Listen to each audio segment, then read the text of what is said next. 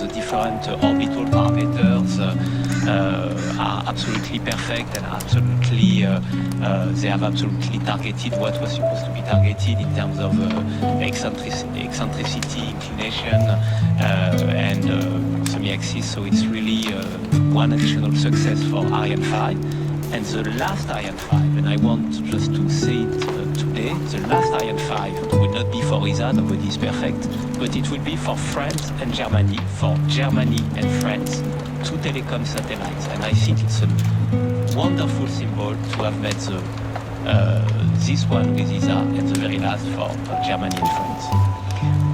Thank you for this. Of course, Airbus has watched this baby growing very carefully. Michael, what was your observation? I saw a big smile after the separation.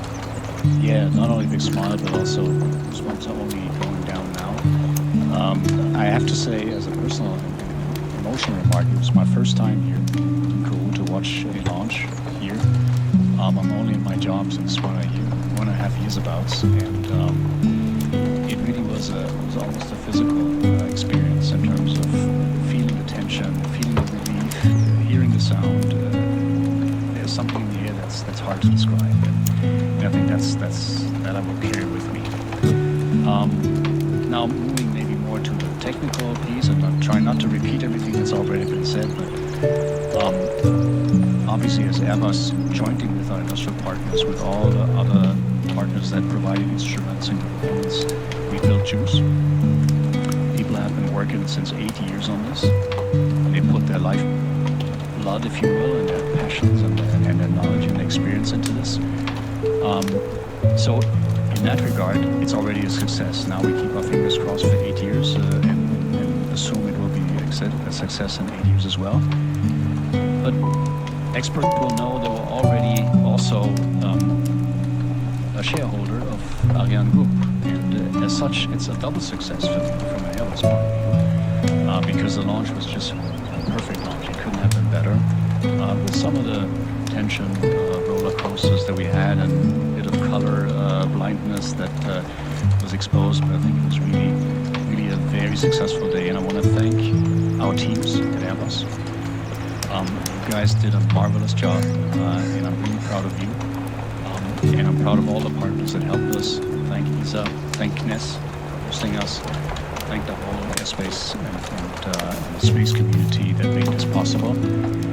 And in my job, being responsible for defense and space in Europe, you are not only an emotional animal, you're also always a political animal. And stepping one step back, for me, this is a great proof, a litmus test of what Europe can do when we pull together, when we all pursue the same targets, and we create success from diversity, and we are not working against each other. And I think in these times we need that more than ever. Thank you. Beautiful introduction to this concept of Space Team Europe. It's we can feel the link.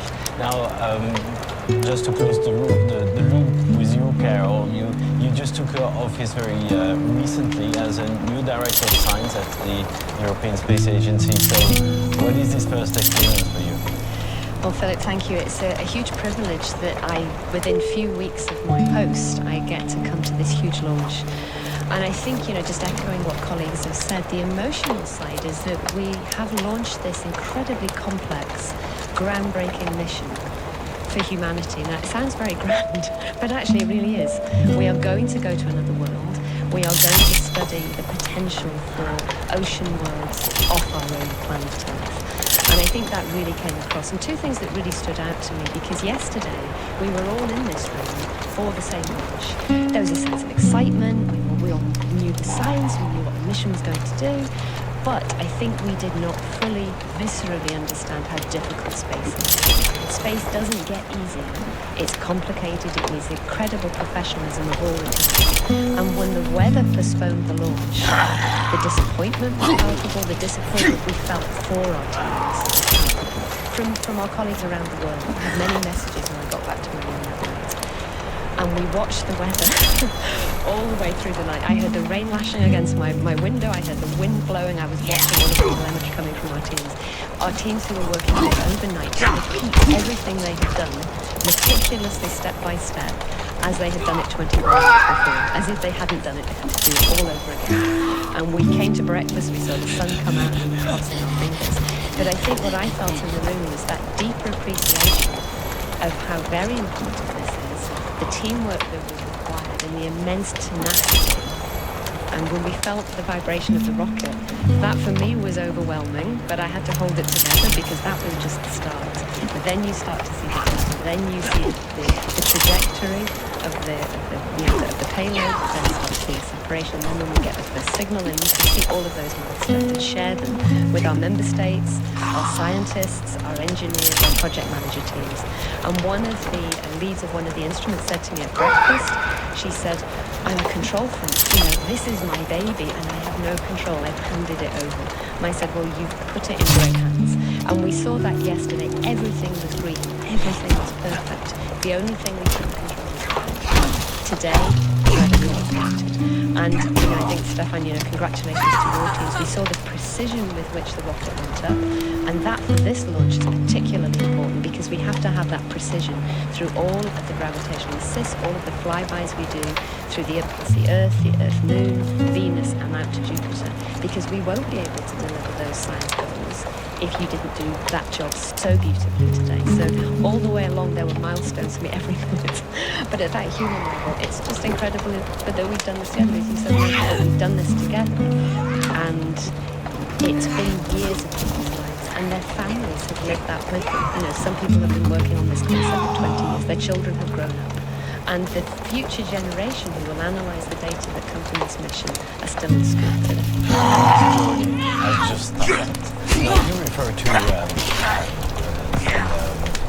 perfect injection of the satellite. Stefan, a question here after the injection of James Webb Space Telescope with an Ariane 5, we learned afterwards that we gain lifetime of the satellite. How that launch on 25th of December 2021 with James Webb compares with this one?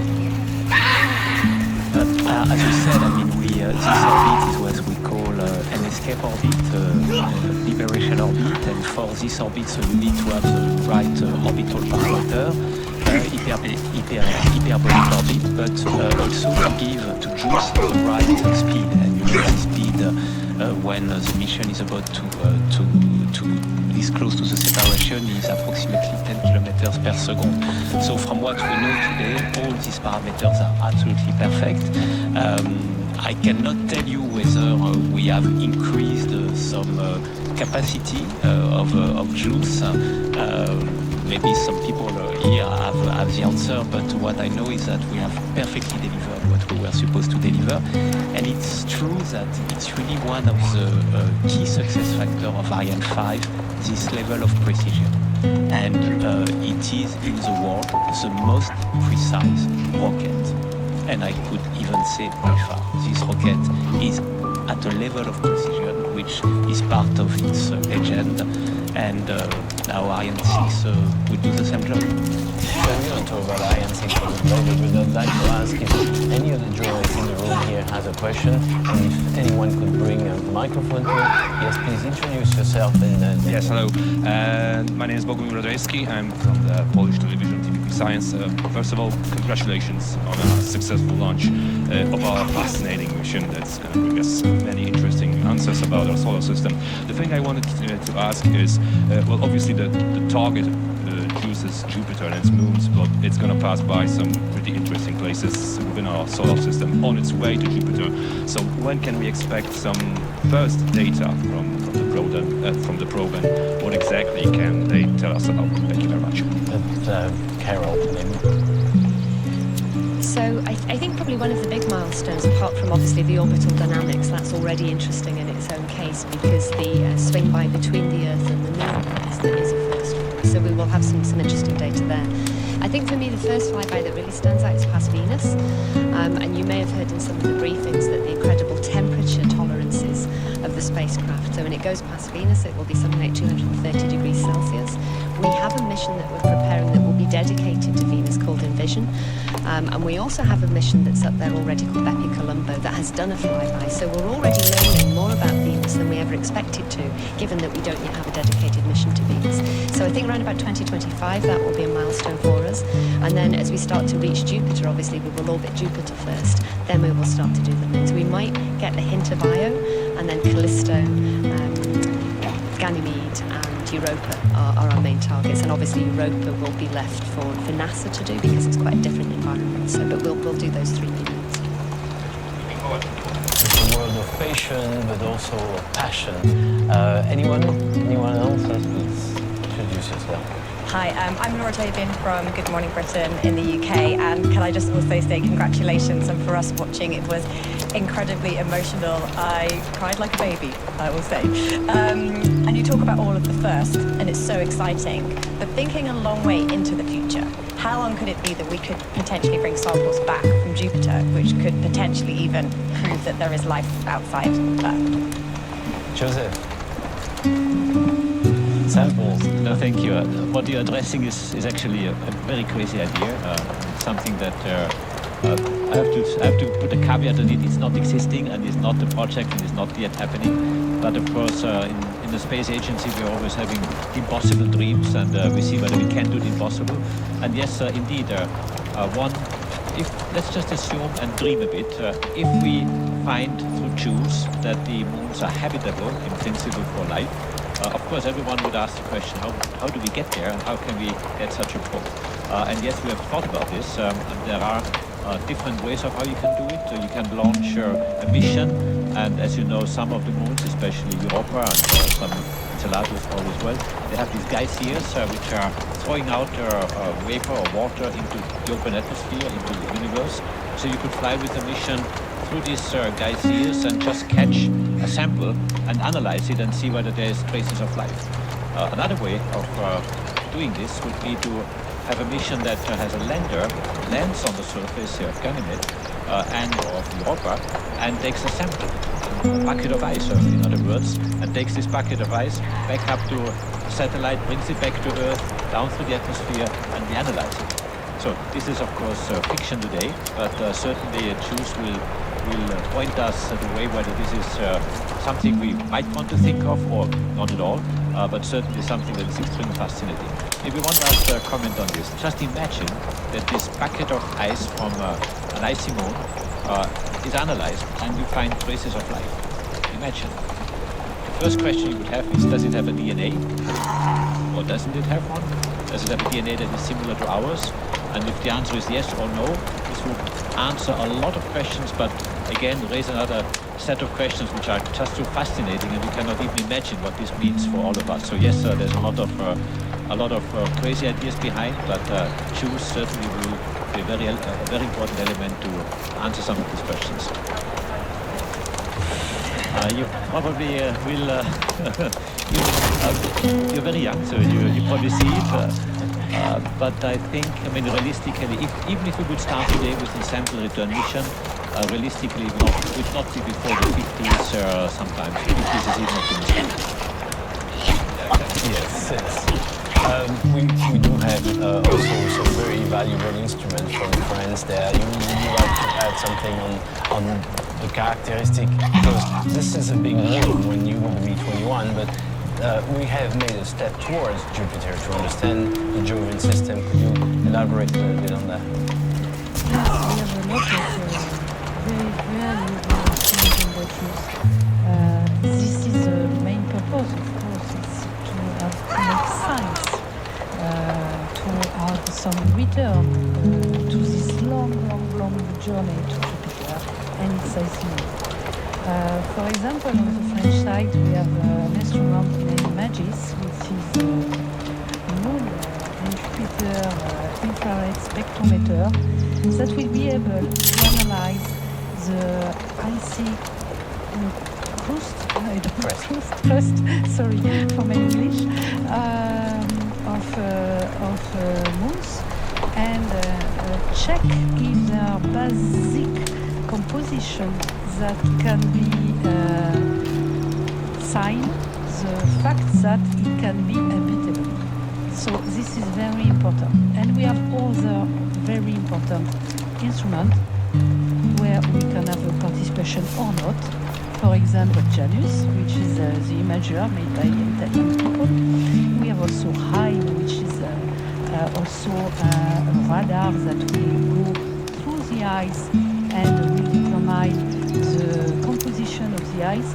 So we have a lot of wonderful instruments, in situ, geophysics, and so on, that will help us to answer to these questions that passionate you. We perfectly understand that, all of us. Is it possible to have habitable worlds in our solar system first? Because it's more easy to go to Jupiter than in exoplanet first, and secondly to have more knowing about how our system solar was born and how it can evolve and so on. And JUICE is really the first step to other questions, but this is absolutely necessary. Great. I have a question from Simon there. Hello, Simon Rosé from Radio France Internationale. The acquisition of Signar was the expected window, but quite late in it. It was quite stressful here on the ground. What happened, basically? Why was it so late? Joseph, or do you have some answer for? We're talking about EOS here, and the time EOS was open at 52 and end at 30, so it lasts a few minutes before. Maybe Michael, you would like to inject? Michael? Yeah, as you said, we were still very much in the nominal window. When the nominal window would have been up to 39 minutes, so way in there. But yes, some of us were sort of looking at the watch and sort of saying it could have happened already, but it was in fact confirmed that the satellite was tumbling after the separation, and then it needs to stabilize itself, and then can only acquire the signal, or send out a signal and get acquired, and that's what happened. And it happened actually with what was happening as planned. Yes, I made this job some years ago. I was in a control center at the French Space Agency, and I want to congratulate the people from ISOC. We have seen how calm and quiet they were. We were absolutely like this, but they were very calm, and I remember when I made this job, I was in the same place, and yes, I try to say to me, it's not the end of the window, but frankly speaking, yes, I agree that it was an incredible tension for all of us, but it was no problem. Good. If there's no more question, any other question in the room? If not, maybe I see somebody very quiet there, Jean-Marc. So now the equipment is there, ready to go. What's next? What's coming up? Down, so I'm in better shape now. Just to answer your question, yes, the acquisition was in the window, but a bit later than expected. But the solar array deployment came earlier than expected because the sun acquisition was so precise that we could open the solar arrays ahead of schedule, which is a sign of perfect mission. Of course, for us listening to this and sitting in that room waiting for this information, it's very stressful. And again, as you said, seeing the people in the control very calm. And I was calling my team 70 times in the room saying what's going on. Saying, just wait, we are doing our job. Let us finish our job. I think it's a proof of professionalism at the highest level, and I think it can be proud for Europe to be able to do those kind of things. It's a premiere. So what's next?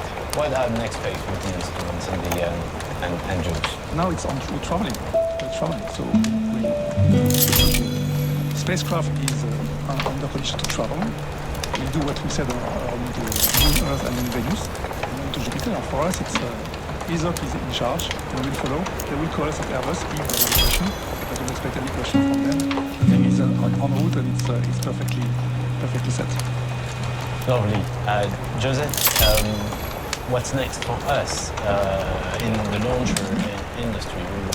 You have now last behind you see with the NISA logo, the Ariane 5, which has been a very robust launcher over the past decades. Can